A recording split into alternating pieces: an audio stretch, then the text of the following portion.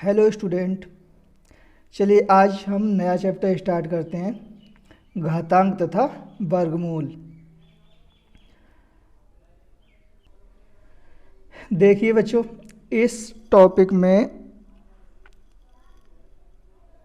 हमारा सबसे पहला टॉपिक जो है वो है घातांक और वर्गमूल। मतलब इसमें दो टॉपिक हैं, एक घातांक और दूसरा वर्गमूल।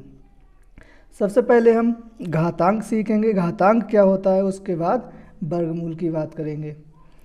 देखिए लिखा, बार बार आने वाले गुणनखंड को हम आधार कहते हैं तथा गुणनखंड जितनी बार आता है इसे घातांक कहते हैं।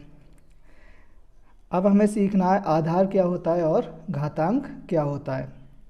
देखिए लिखा है, बार बार आने वाले गुणनखंड को, कोई भी संख्या हमें अगर दे रखी है बड़ी संख्या, जैसे मान लीजिए 8 है कोई संख्या, उसके लिए अगर हम डिवाइड करते हैं, पहले 2 से करेंगे, 4 आएगा, फिर 2 से करेंगे, फिर 2 आएगा, फिर 2 से करेंगे, फिर 1 आएगा। तो 2 से हम 3 बार जब उसके लिए डिवाइड करेंगे तब हमारा वो पूरी तरह से डिवाइड हो पाएगा, पूरी तरह से विभाज्य हो पाएगा।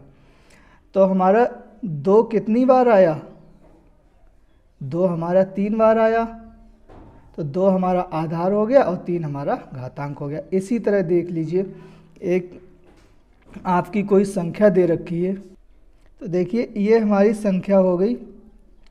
इसमें हमें जानना है आधार कौन सा है और घातांक कौन सा है।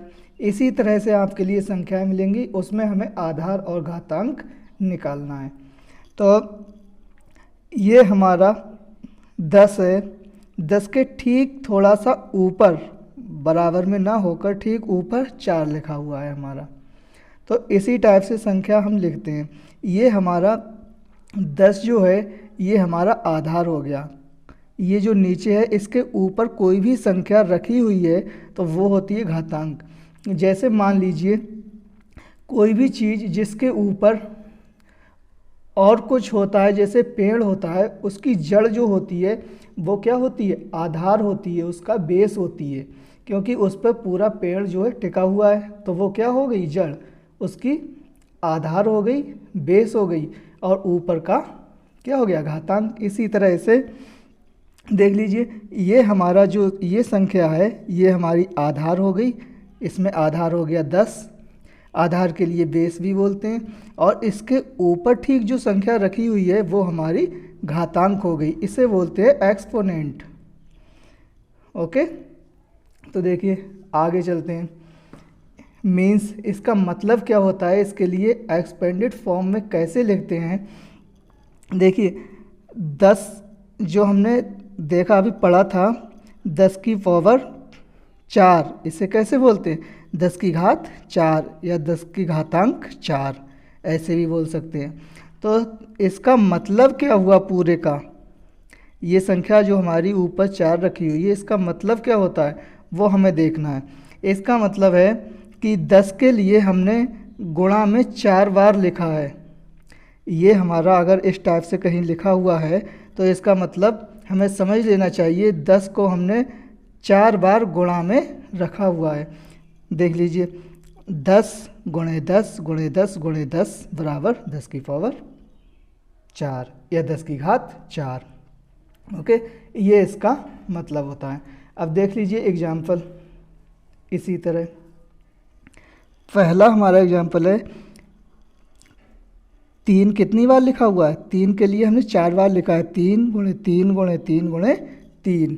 तो इसके लिए कैसे लिखेंगे हम, घातांक रूप में, 3 की घात 4, मतलब जो 3 है वो हमने कितनी बार लिखा है, 1 2 3 4, तो 3 के लिए हम ऊपर 4 लिख देंगे। इसका मतलब है 3 को हमने गुणा में 4 बार लिखा हुआ है, 3 गुणे 3 गुणे 3 गुणे 3, इसका मतलब 3 की घात 4 कितनी बार आया है, 4 बार। जितनी बार आता है, ऊपर डेफिनेशन जो थी उसमें यही तो था कि कोई भी गुणनखंड, जैसे मान लीजिए 3 है, कोई भी गुणनखंड जितनी बार रिपीट होता है, कितनी बार रिपीट हुआ, 4 बार रिपीट हुआ, जितनी बार रिपीट होता है वो उसकी घात होती है, घातांक होती है, पावर होती है।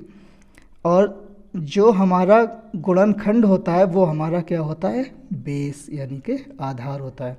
तो इसमें आधार क्या हो गया 3 और घातांक हमारा 4 हो गया, ये घातांक हो गया। इसी तरह सेकंड देख लीजिए,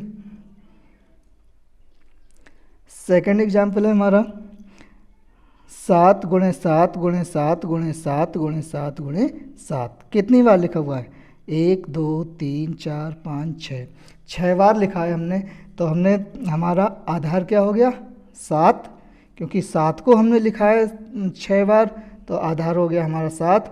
और कितनी बार लिखा है 6 बार लिखा है, तो ये हो गया हमारा घातांक।